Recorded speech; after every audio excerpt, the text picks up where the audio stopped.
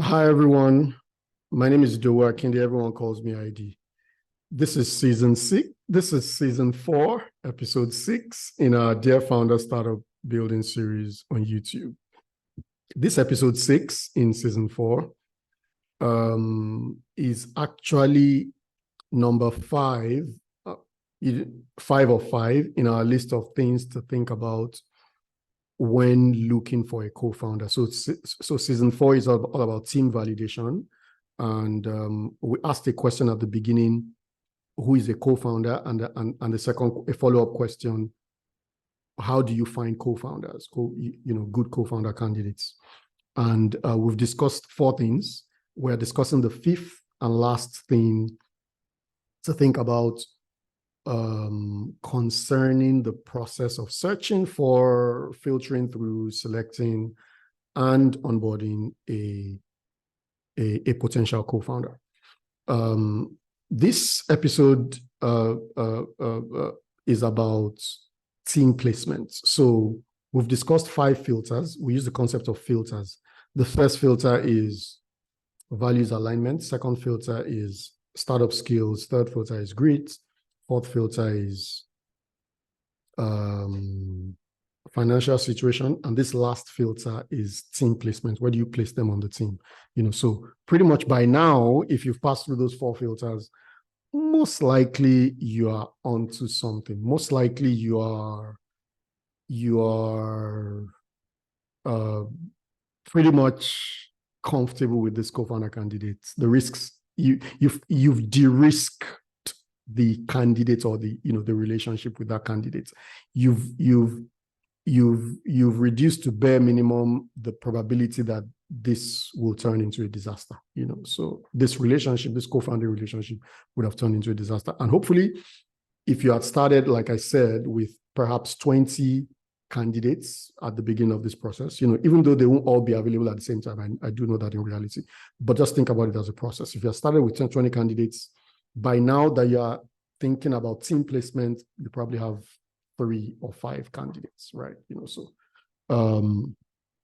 without much further ado, let's get cracking. So number 5 thing to think about is team placement. You could think of it as team formation or team placement, but I like team placement because it talks about how to place each candidate within that co-founding team. So we spoke earlier on in number 2 about the certain set of skills that need to exist in your founding team, okay?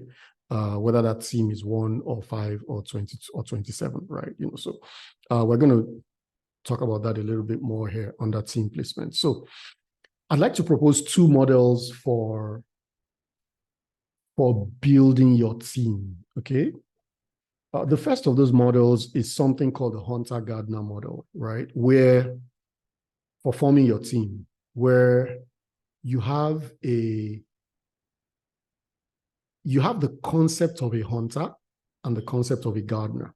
Let me explain. A hunter is typically someone who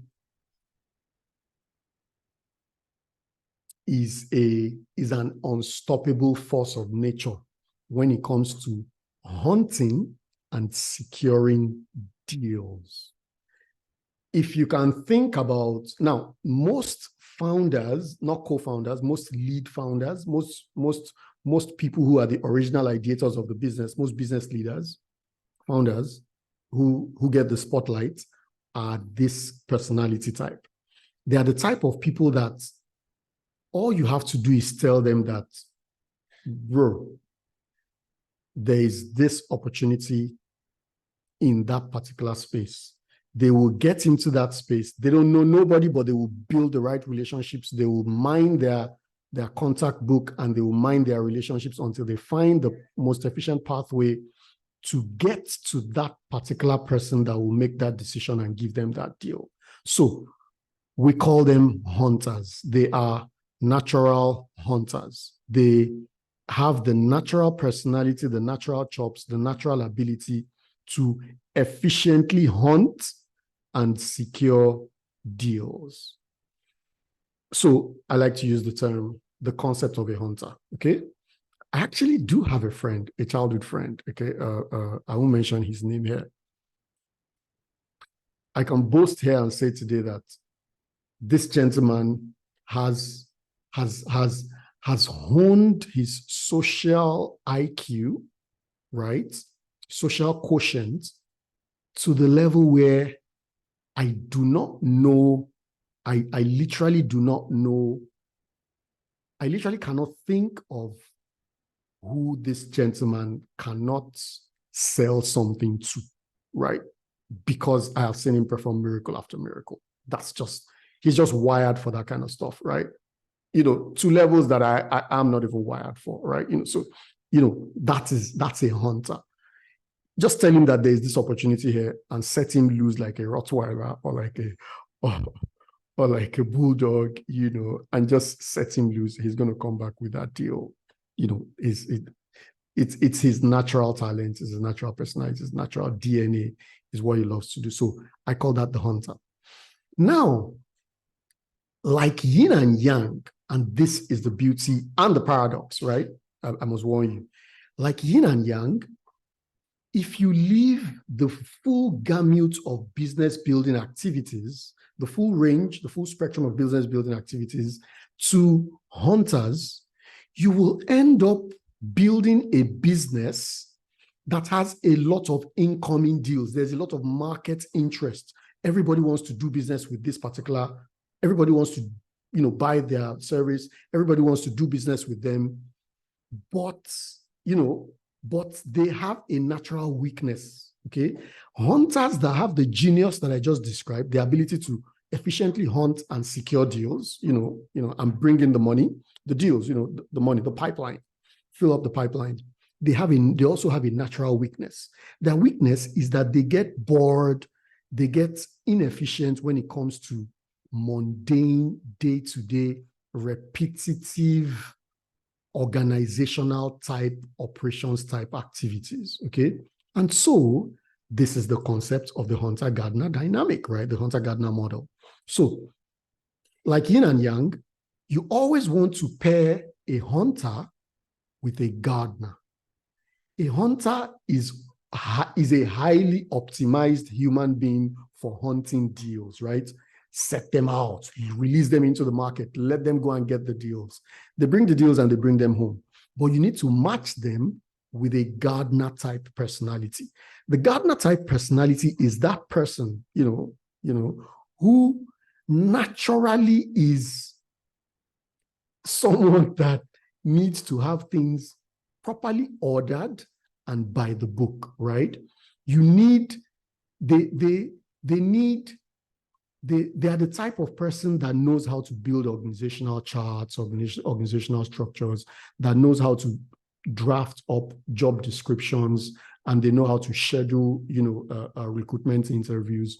If you leave the hunter to do all these things, salaries will never be paid on time. Taxes will never be paid on time. The company will owe a lot of people. In fact, the company will never invoice for jobs done, right?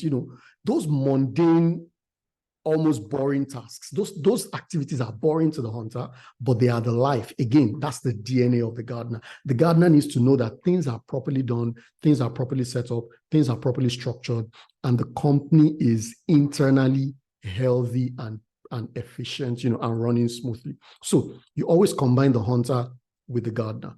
The hunter sets up the deals, brings in the deals, fills up the pipeline with deals. The gardener says, you're doing well, perfect, keep on doing it, and just takes the deal from the pipeline and starts executing. Okay, so the challenge is that I always like to say that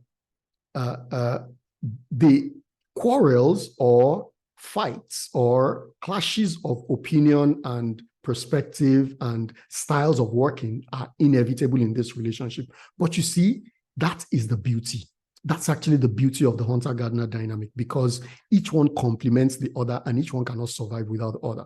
Like I said earlier, if you leave hunters to do everything in the gamut of a business, in the gamut of business activities that are required to grow a business, to launch and grow a business, certain things will never be done.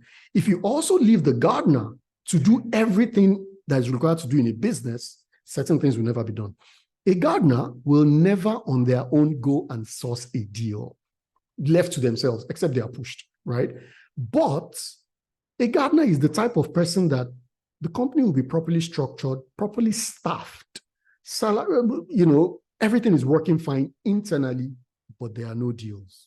Have you seen that kind of company before? I'm sure you know one or two companies like that. So the point is, under this type of thinking for how to place particular people in specific roles in the company, this one is particularly suited to two-man or two-person teams. So you may want to think about this along the lines of that yin and yang dynamic. Like I said, quarrels, conflicts, fights are inevitable. Of course, as long as they are not, persistent or too repetitive, and they don't occur too often, but they are inevitable. It's always the case that the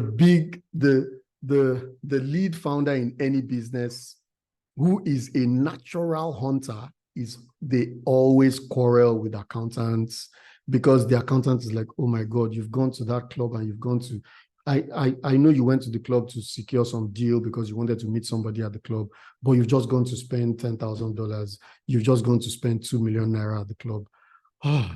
The other co-founder will literally pull the hair out of their heads. I have some personal experiences.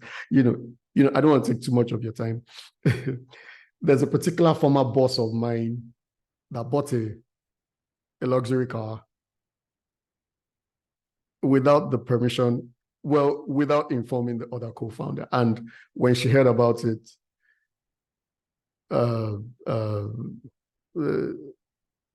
the sky came down, and so on and so forth. So that hunter gardener, but the company is doing very well today. So those things are inevitable. But the point is, the yin and the yang are inevitable. The yin cannot survive without the yang. The yang cannot survive without the yin. So the hunter and the gardener work together and build a successful company. Thank you very much. Next concept is is something that is rather popular. If you search the internet for the 3H team formation model or 3H team model, you will see this diagram similar to this and information similar to this. The 3H model is particularly promoted by some accelerators. I do know that the Founder Institute talks about it in their curriculum to their founders, and a few other accelerators also do that as well. The 3H model captures the critical roles that are required in a modern startup. So think about it like this. The 3H stands for hustler, hacker, hipster. Now, similar to our earlier slide 2, where we talked about the relative skills, that the vital critical skills that need to exist within a founding team, the hustler is the salesperson. The hustler is the finance person.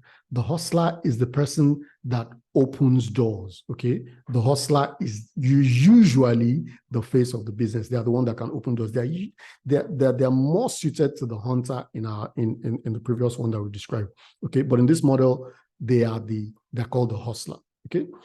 Now, you want to pair every hustler with a hacker. A hacker doesn't refer to that negative stereotype of someone that is doing malicious activities on computers. That's not what we mean here.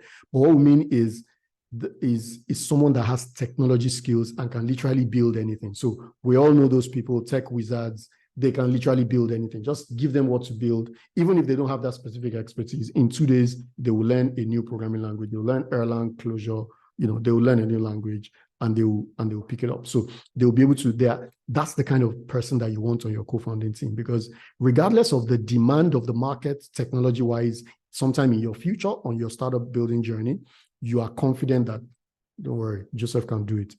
Don't worry, Michael can do it. Joshua can get it done, and so on and so forth. So there's a concept of the hustler. There's a concept of the hacker, right? And then there's the concept of the hipster. So the hipster is like our product guy that we spoke about earlier. The hipster is that person that creates a buzz in the marketplace. So think about them as marketing whizzes. They understand buyer psychology. They understand they are the ones that implement the psychology that is captured in your persona that you captured for your customer segments earlier on. So they are the ones that create the marketing materials. They know the kinds of jingles to create or the colors to use that appeal to this demography, or the tone of voice, mood of font, color theory. They are the hipster. Usually you also embed design, look and feel sometimes inside that, but essentially these are the 3 required roles. If you combine these 3 roles, you get what's called the 3H model, and you have somewhat of a team. I like to always add the footnote and say, don't forget to add domain expertise. But if you have these 3 roles and domain expertise resident in your founding team, you literally be unstoppable. Okay, so those are the 2 models that I have to share with us under this particular topic. Under this particular last item in the list of things to think about when we are looking for co-founder candidates. So without much further ado, thank you for tolerating my hallucinations. I'll see you on the next one. Bye.